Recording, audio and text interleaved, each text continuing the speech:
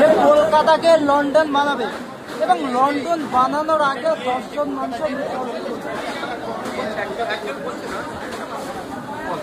মমতা বন্দ্যোপাধ্যায় বলেছিলেন কলকাতাকে লন্ডন বানাবে এবং সেই লন্ডন বানানোর আগে দেখলাম গতকালকে ইলেকট্রিক শর্টে 10 জন মানুষের মৃত্যু হয়েছে। দায় কেন?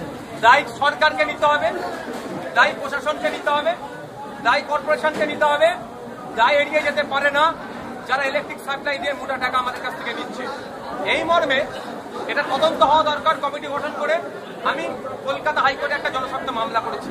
10টি প্রাণ মানে ছেলে খেলা বিষয় নয়, আরো বড় ধরনের কোনো দুর্যোগ হতে পারতো, বড় ভয়ঙ্কর ঘটনা ঘটতে পারতো, জনজীবনকে বিপর্যস্ত হয়েছিল।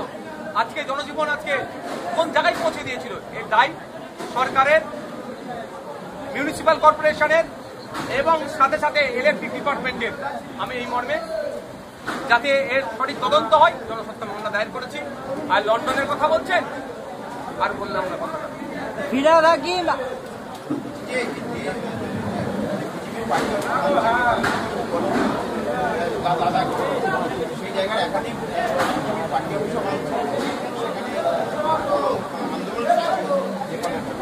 দেখুন, আমি একটা কথা বলবো, আমরা আইডিওলজিক্যালি আলাদা আলাদা রাজনৈতিক দল আছে, থাকবো।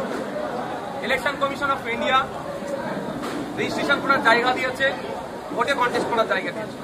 কোন রাজনৈতিক দলের পার্টি অফিস ভাঙার আমি পক্ষপাতী নয়। তৃণমূল কংগ্রেস 2021 সালের নির্বাচনের পরে আইএসএফ এর পার্টি অফিস তো দূরের কথা ভেঙেছে, বাড়ি ভাঙচুর করে নটোরিয়াস ক্রিমিনাল হিসেবে খ্যাত শওকত মোল্লার নেতৃত্বে ক্যানিং পূর্ব ভাঙনের একটা অংশ, ক্যানিং পশ্চিমের একটা অংশ থেকে শুরু করে কাকদ্বীপ, কুলপি বিভিন্ন জায়গাতে আমাদের পার্টি অফিস, আমাদের কর্মীদের অত্যাচার নেমেছে। আমরা এই হিংসার রাজনীতিকে পছন্দ করি না। আমরা হিংসাত্মক রাস্তায় যেই অবলম্বন করুক না কেন, এটা আমরা পক্ষপাতী নয়। আমরা চাই গণতন্ত্রকে মান্যতা দিয়ে, সংবিধানকে মান্যতা দিয়ে মানুষের মতামত প্রয়োগ করুক। তবে একটা কথা বলছি, মানুষকে আমাদের মতো রাজনৈতিক দলেরও ভাবা দরকার উচিত, শাসন কার্য হাতে আছে বলে মানুষকে মানুষ ভাববো না, মানুষকে পশুর মতো আচরণ করো মানুষের সাথে। যদি সেফটি ভ্যাল না থাকে এই দিন দেখতে হবে। এটা তো শাসকের দোষ আছে। শাসক কি আচরণ করেছে? বারবার শুধু আমাদেরকে লাইনে দাঁড় করিয়েছে, আধারের সাথে প্যানের সাথে ভোটার, এই নোটবন্দি, হ্যান ত্যান, যা ইচ্ছা করে মানুষকে শুধু নাজেহাল করেছে। মানুষের গড় আয় কমে গিয়েছে, বেকারত্বের সংখ্যা বেড়েছে সারা দেশ জুড়ে। এটা নিয়ে সুরাহা করার কোনো গল্প শোনায়নি, শুধু হিন্দু মুসলমানের গল্প শোনাচ্ছে। এখন এর যা অন্যায় করেছে ব্যাড ইফেক্ট হচ্ছে, যদি এটাকে আমি কাঙ্ক্ষিত মনে করি না। আজকে যে সাংগঠনিক কর্মী সভা করলেন, আপনি আসার আগে বেশ কিছু তৃণমূল সমর্থক বা নেতা বলতে পারেন একেবারে আইএসএফে যোগদান করলেন। চারি জায়গায় হচ্ছে রাজ্যে, যেখানে ভয় আছে ঝান্ডা ধরছে না, ভোটের সময় গিয়ে ভোটটা করাবে, ভোট দেবে। আর যেখানে ভয় মুক্ত হয়ে যাচ্ছে এসে হাত ধরে ঢুকে যাচ্ছে। সারা রাজ্যে সংখ্যালঘু, দলিত, আদিবাসী সমাজ থেকে মানুষ ভেঙে ভেঙে আইএসএফের ছায়া চলে আসছে। ওরা বুঝতে পারছে একমাত্র আইএসএফ ওদেরকে ওদের নাগরিক নিরাপত্তা দিতে পারবে, অধিকার বুঝিয়ে দিতে পারবে, ন্যায়কে প্রতিষ্ঠা করতে পারবে, এক কথায় বাংলাকে এগিয়ে নিয়ে যেতে পারবে। ওর কথা বাদ দেন, ওদের কথা বাদ দেন, ওরা ওদের কথা বাদ দেন। আমার লড়াই মমতা ব্যানার্জির বিরুদ্ধে। কেন ছোট পুলিশ কথা আমি শুনবো? মমতা ব্যানার্জি কি বলেছে বলে তার উত্তর দিচ্ছি।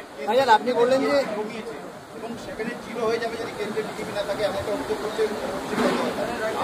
অসত্য কথা বলছে, এটা অভিষেক বাবু বার ক্যাশ খাওয়া কথা বলছে। জিএসটি যদি না আমরা তুলি দেশ চলবে কি করে? এত প্রকল্প চলবে কি করে? আমরা বারবার বলে আসছি, কেন্দ্র সরকার তখন তার ক্ষমতার মধ্যগগনে ছিল, ওই জন্য আমাদের মতো রাজনৈতিক দল বা বিরোধী দলের কথাকে কর্ণপাত করেনি। মানে অবাস্তব জিএসটি চাপিয়ে দিয়েছিল। যখন বিরোধী শক্তি শক্তিশালী হচ্ছে, কেন্দ্র সরকার চাপে পড়ছে, জিএসটি কমাচ্ছে। ওই জন্য আমরা বারবার বলি, কি রাজ্য কি দেশ, অপোজিশন স্ট্রং থাকলেই গণতন্ত্র সুরক্ষিত থাকবে, মানুষ অধিকার যথাযথ পাবে। আজকে সারা দেশ জুড়ে অপোজিশন শক্তিশালী হচ্ছে, কেন্দ্র সরকার দিনে জিএসটির মান কমাচ্ছে, মানে রেট কমাচ্ছে।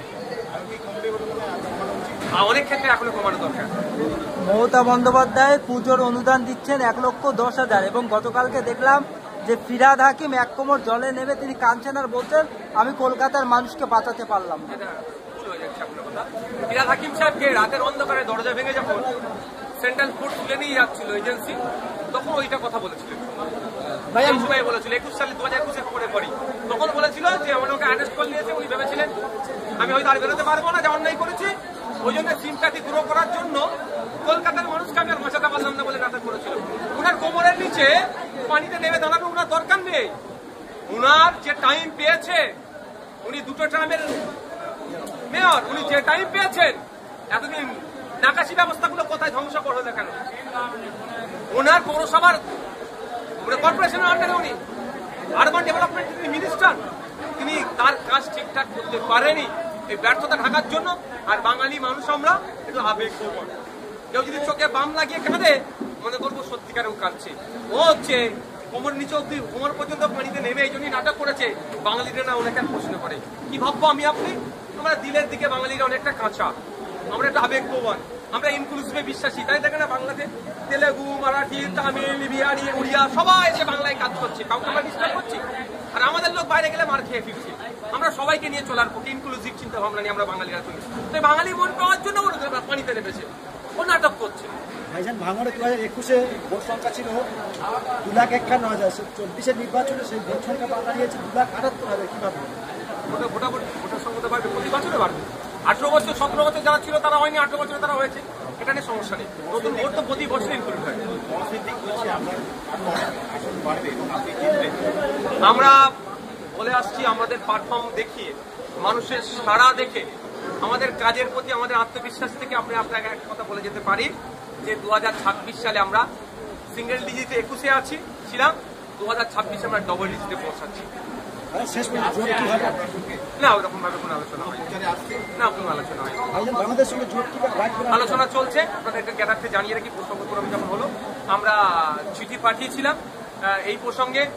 বামেদের চেয়ারম্যান বিমান মুশি স্যারের অফিস থেকে ফোন এসেছিল, বিমান মুশি স্যারের সাথে আমার কথা হয়েছে। যেহেতু রাজ্যের সম্পাদক মোহাম্মদ সেলিম সাহেব চীনে গিয়েছেন তাদের একটা ডেলিগেশন টিমের সাথে, তো উনি ফেরার পরেই এই বিষয়ে আমাদের চর্চা হবে। মোটামুটি আশা করছি পুজোর পরেই হয়তো আমাদের এই চর্চা হবে। বিমান স্যারকে আমি অনুরোধ করেছি যে সময়ের দাবি, মানুষের দাবি, যে এই মুহূর্তে আমাদেরকে বিজেপি তৃণমূলকে হারানোর জন্য যে লেফট ফ্রন্ট, জাতীয় কংগ্রেস, আইএসএফ, আরও যে সমস্ত সেকুলার প্র্যাকটিস করা রাজনৈতিক দলগুলো আছে ঐক্যবদ্ধ হতে হবে। এবং এটা দ্রুততার সাথে, ভোটের 1 মাস আগে নয়, অন্তত ভোটের 6-8 মাস আগে থেকে এই লড়াইটা, সংগ্রামটা আমাদের চালাতে হবে। বুথ স্তর পর্যন্ত এই হাওয়াটা পৌঁছাতে হবে। তিনি আমার সাথে এই বিষয়টা তিনি গুরুত্ব সহকারে দেখবেন বলেছেন এবং দ্রুততার সাথে আমাদের বসা বসতে হবে। আজকে যে আপনাদের